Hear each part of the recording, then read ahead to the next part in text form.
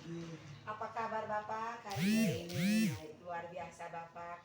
Bapak, kami mohon izinkan kami bertiga calon guru penggerak angkatan 10 dari SMA Katolik Taruna Vidya ND ingin mewawancarai Bapak terkait pengambilan keputusan berbasis nilai-nilai kebajikan. Ada beberapa pertanyaan Bapak. Pertama Bapak, selama ini bagaimana Bapak dapat mengidentifikasi kasus-kasus yang merupakan dilema etika atau bujukan moral? Baik, terima kasih Ibu. Selamat datang teman-teman calon guru penggerak. Terima kasih. Mengenai dilema etika ini saya mempunyai sedikit pengalaman sebagai kepala sekolah yang meskipun bukan di sini. Pada sekolah lama dulu, tepatnya di SMA Negeri Musa, saya dihadapkan pada satu masalah yang cukup menarik. Jujurnya membuat saya bingung dalam mengambil keputusan. Jadi karena dua-duanya itu sama-sama mengandung nilai kebenaran. Jadi waktu itu ketua komite kami yang punya lahan di sekolah itu, dia ke sekolah bertemu saya, meminta saya supaya memecat ibu guru satu yang tidak lain adalah masyarakat asli di dalam usaha itu, dengan ancaman kalau bapak tidak memecat ibu ini, saya pagar sekolah ini. Waktu itu saya betul-betul bingung karena saya belum tahu permasalahan yang sebenarnya. Ibu ini sangat saya butuhkan untuk lembaga itu. Kemudian di sisi lain saya juga butuh kerjasama dengan ketua komite yang punya lahan.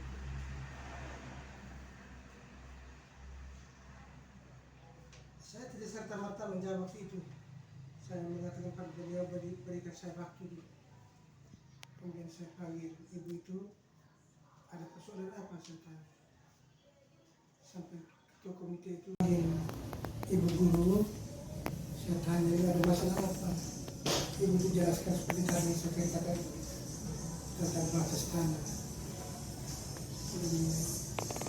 Kemudian setelah saya gali-gali data, saya bertemu ketua komite, bukan panggil ketua komite, sebabnya ini masalah yang lain, ini masalah keluarga, terus sampai larinya ke sekolah ini yang membuat saya nanti bapak mengenal beban saya ini, mengancam pagar lahan, pagar sekolah. Sudah selalu saya berikan pemahaman. Saya begini ya, dengan keberanian memberikan penjelasan, pendekatan personil yang saya gunakan. Ini masalah keluarga, mungkin diselesaikan secara keluarga dan tidak mengorbankan lembaga ini. Coba diselesaikan baik-baik. Saya arahkan seperti itu. Mengapa saya dilema? Karena saya butuh Ibu Novi yang tentang nasib orang. Kemudian di sisi lain, saya juga butuh sekolah itu, lembaga itu. Karena beliau panjang untuk pagar. Jadi saya buat pendekatan personal dengan mereka, kemudian saya ajak untuk diselesaikan secara kekeluargaan. Yang dia bilang nomor guru, nomor sulit, tidak usah keluar-keluar. Kemudian saya minta bantuan Pak Muslaki. Muslaki berarti orang yang paling berperan dalam tubuh Muslaki. Bantu saya di Bapak untuk menyelesaikan masalah ini. Puji Tuhan, masalah itu selesai. Ibu Novi tetap mengajar dan sekolah juga tidak dipanggil. Itu pengalaman saya waktu saya masih menjabat sebagai kepala sekolah di SMA Negeri Musa, begitu. mungkin dari masalah tadi, hal-hal apa saja yang selama ini Bapak anggap efektif dalam pengambilan keputusan pada kasus-kasus dilema etika tadi? Baik, terima kasih. Dari pengalaman-pengalaman tadi itu saya melihat yang pertama tuh masalah yang kita hadapi itu kita harus identifikasi dulu. Identifikasi yang punya masalahnya seperti apa, kemudian baru nanti mengambil keputusan. Kumpulkan informasi setelah identifikasi masalah, kita kumpulkan informasi, kumpul data tuh, kumpul data kemudian mengecek kebenarannya. Karena kalau kita tidak ngecek itu bisa keputusan bisa fatal. Karena dalam dilema etika ini kita dihadapkan pada dua pilihan yang sama-sama sulit. Karena kedua-duanya itu bisa benar semua, bisa baik semua. Jadi kita identifikasi masalahnya, kemudian kumpul data, lalu lakukan pendekatan personal. Menurut saya, pendekatan personal itu sangat efektif dalam menyelesaikan masalah apa saja, termasuk masalah dilema etika yang seperti ini. Agar kita tidak bingung, mengajak mereka berpikir tenang, kemudian melihat yang positif. Masalah tetap masalah, tapi sebuah masalah bisa berdampak positif bagi kita khususnya dan juga bagi lembaga. Begitu. Jadi baik Bapak tadi, hal-hal yang dianggap baik, efektif itu melakukan pendekatan personal untuk bisa mengatasi masalah.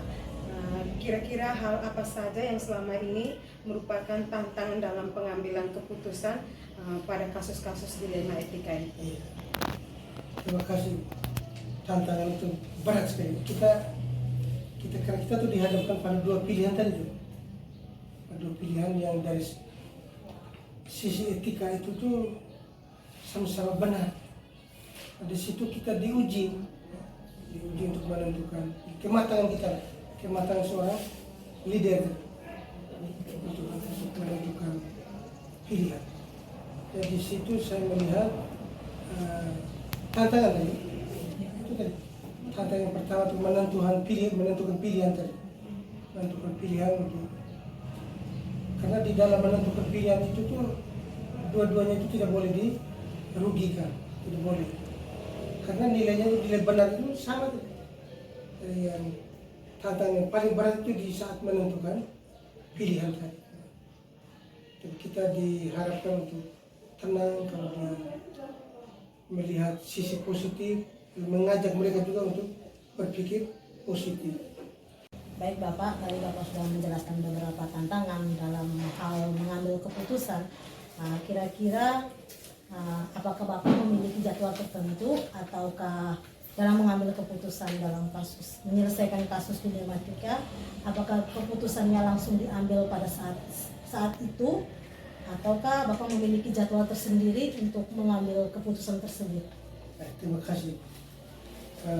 Menghadapi soal dilema etika itu pengalaman saya itu kita tidak bisa, pengalaman pribadi saya tidak bisa mengambil keputusan sesaat, karena saya harus kaji dulu, pelajari dulu, lalu menghadirkan mereka, meminta mengumpulkan data tadi, kemudian terakhir baru mengambil kesimpulan. Jadi menurut saya itu tidak boleh, karena ini terkait dengan dua pilihan yang sama-sama benar. Jadi harus punya waktu untuk mengidentifikasi, kemudian mengumpulkan data, terakhir mengambil keputusan. Jadi tidak diselesaikan di dalam waktu yang bersama. Jadi menggunakan beberapa prosedur begitu Bapak. Kira-kira dari sini adakah orang atau faktor yang selama ini yang mempermudah Bapak dalam Bapak pengambilan keputusan dalam kasus-kasus dilema etika? Ada pihak-pihak yang dilibatkan begitu? Itu sudah pasti kita harus melibatkan pihak-pihak yang terkait dengan masalah itu. Contoh macam kasus di SMA Negeri Lemosa tadi itu, saya bukan terpaksa, memang harus melibatkan orang lain untuk membantu kita. misalnya Musa laki tadi, kasus dilema etika di sekolah itu sangat banyak terjadi, banyak sekali. Yang saya mau tanya dengan kasus saya sebagai pemimpin di sekolah, kalau guru juga begitu banyak sekali kasus ini. Kita harus jujur bahwa kita punya kemampuan terbatas, kita harus menghadirkan, melibatkan orang-orang lain yang tentu saja yang berkompeten, yang relevan dengan masalah itu supaya penyelesaiannya bagus. Jadi dari hal ini bahwa Bapak membutuhkan orang lain ketika Bapak memberikan keputusan. Jadi keputusan tersebut tidak diambil sepihak oleh Bapak, tapi melibatkan pihak-pihak lain. Nah, Bapak pembelajaran apa yang Bapak dapat atau Bapak ketik dari pengalaman yang barusan Bapak ceritakan tadi tentang pengambilan keputusan dilema etika tersebut? Ketika kita mampu menyelesaikan sebuah masalah itu orang bilang apa? Kita semakin matang. Bukan hanya soal IQ tapi EQ juga, emotional quotient kita itu semakin matang, karena itu harus dimiliki oleh seorang pimpinan. Pengalaman tadi itu kita harapkan untuk menambah kematangan kita. Begitu. Baik Bapak, jadi pembelajaran yang saya kira dapat di sini bahwa dalam mengambil keputusan membuat kita semakin matang, baik secara IQ maupun EQ ya Bapak. Ya. Terima kasih banyak Bapak untuk waktunya. Saya kembalikan. Kasus yang terjadi itu seorang ibu guru yang berhadapan dengan ketua komite yang mempunyai lahan, dan mungkin kasus itu sudah lama terus diungkit lagi pada saat ibu itu mengajar di sekolah. Dan Bapak seorang pemimpin luar biasa mengambil keputusan, kolaborasi dengan banyak pihak sehingga menghasilkan sebuah keputusan pengambilan kebijakan yang bernilai bagi kedua belah pihak, dan akhirnya mereka berdamai dengan saling merasa bahwa mereka itu bagian dari saudara. Bapak, kami sangat berterima kasih atas waktu yang Bapak sudah berikan kepada kami, meluangkan waktu kepada kami, dan kami juga bersyukur karena Bapak juga bisa menceritakan hal-hal baik bagi kami dan menjadi pembelajaran bagi kami nanti. Terima kasih banyak Bapak. Terima kasih Bapak. Terima kasih Bapak. Terima kasih Bapak.